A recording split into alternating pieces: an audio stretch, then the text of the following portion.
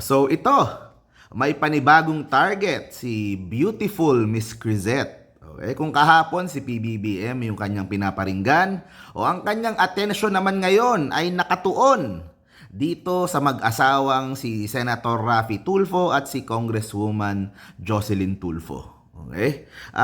Parang inosenteng pagkikita lang naman, di ba? Siguro nag-lunch o nag-dinner lang itong si Kong Raffy at kanyang misis at itong si PBBM at si First Lady, parang masyadong ginagawang big deal nung ilang mga kababayan natin na DDS na hindi ko alam kung nate-threaten ba sila. Nagsama lang naman yung apat, di ba? It looks innocent enough. Parang wala namang masama diyan kung magkausap sila o mag-lunch o mag-dinner sila together, di ba? Pero ito yung post ni Miss Crisette. I have a new bag crush, girlies. Please help me identify Mrs. Tulfo's bag ASAP. Is this a Lady D Dior? Floral? I tried zooming in, hindi clear. Appreciate it. Okay, so yung post ni Miss Crisette, baka naman mahilig lang talaga siya sa bag. Diba, ginagawa niya yan I think kay Lenny, diba? Kasi ang gaganda ng mga bag ni Lenny, bakit nga daw ang gaganda, ganun. So, baka naman mahilig lang talaga sa bag si Miss Crisette. Pero, alam na yan ng mga DDS. Kung kumbaga may go signal na yan, na pag sa comment section, todo hirit na sila sa baba. Todo, ang dami ng mga pambabash na ginagawa. Sinasabi nila na, kaya pala yung loto, hindi na iniimbestigahan. Baka siguro sinasabi nila baka nabayaran na ng PCSO, ng admin. 'Di ba? Ganun yung mga hirit nila at parang galit na galit sila dito sa pagmi-meeting o pag-uusap nitong nila PBBM at ni Senator Raffy. Okay? So sa akin, ito lang sabihin ko diyan. Yung isang bag na yan, hindi ko sure, hindi ako maalam sa bag tinignan ko yung post sa comment section. Nakita ko yung price range niya around mga 300,000 to 400,000 pesos. Hindi ko sure, hindi ako maalam sa bag. Correct me na lang if I'm wrong. Okay? Yung 300,000 pesos na yan, sa totoo lang, isang YouTube video lang yan ni Idol Raffy. Okay? Isa. Di ba itong ginagawa ko, di ba isang video to? Isang video na ganito. Ayan, isang video lang niya yan, makakabili siya ng ganyang bag. Okay? So, sa akin lang, doon sa mga ibang kababayan natin, pag inggit, pikit. Di ba? Huwag tayong maiinggit kung meron tayong kababayan na medyo gumaganda yung buhay. Dahil naman sa effort nila yan to growing their YouTube channel. So, isang YouTube video lang ni Idol Raffy yan. Yung ganyan kamahal na bag. Okay?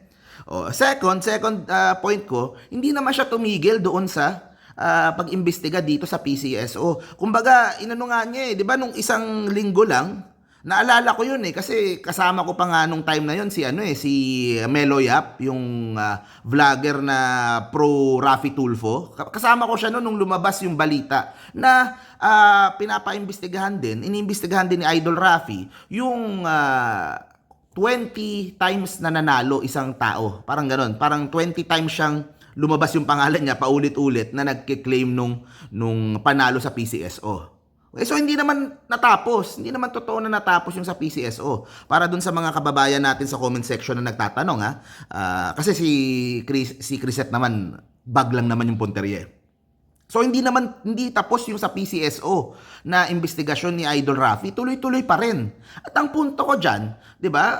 Gusto ko din namang malaman kung merong nangyayari diyan na kagaguhan diyan sa PCSO, kung merong mga panluloko na ginagawa. Gusto ko din namang malaman 'yan. Ang punto ko lang, kaysa kakakulit nyo kay Idol Raffy na ginagawaan din naman yung trabaho niya, bakit hindi nyo kulitin yung mga senador nyo? May mga senador din naman kayo diyan.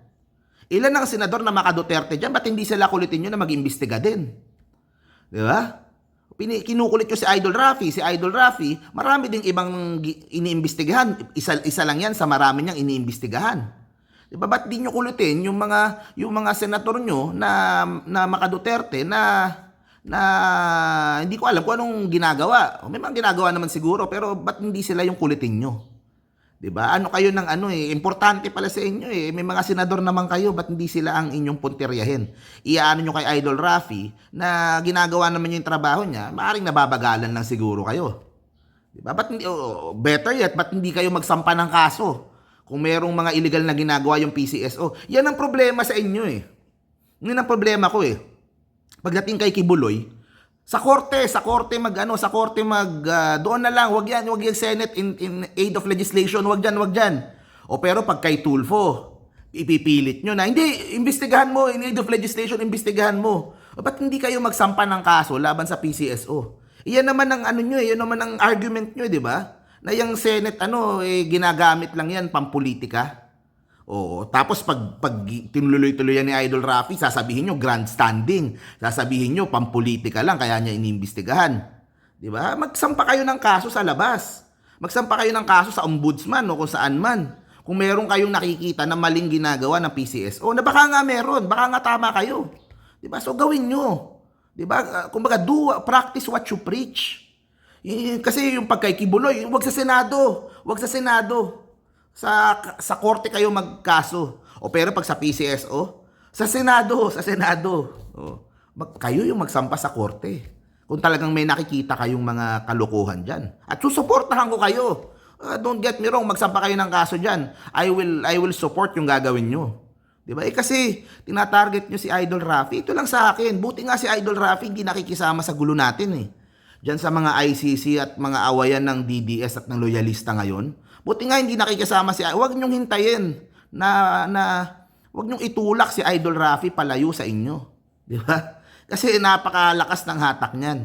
Diba? Aawayin nyo, anuhin nyo. Diba? Huwag nyo hintayin. Buti nga siya ngayon, hindi nakikialam eh. Pag yan, pumili ng side at naging kalaban ninyo, mas mahihirapan kayo. Sa totoo lang, Idol Rafi na yan. So, yun lang naman yung sa akin. Diba? Ginagawa ni Idol Rafi yung trabaho niya ng maayos. Diba? Wag nating ibabash porket nakipag-meeting lang sa Pangulo. Siyempre kasama yan, Pangulo yan eh. Siyempre meron ding mga batas si Idol Rafi na gustong maipasa. Di ba, syempre isusulong niya yan sa Pangulo. Meron siyang mga pagbabago din na gusto niyang maabot. At he can do that by working with the President. So, hayaan natin si Idol Rafi. Huwag niyong hintayin na kumampi sa kampo ng administrasyon buong buo si Idol Rafi. Di ba? Nagmamadali kayo, tinutulak niyo kaagad eh.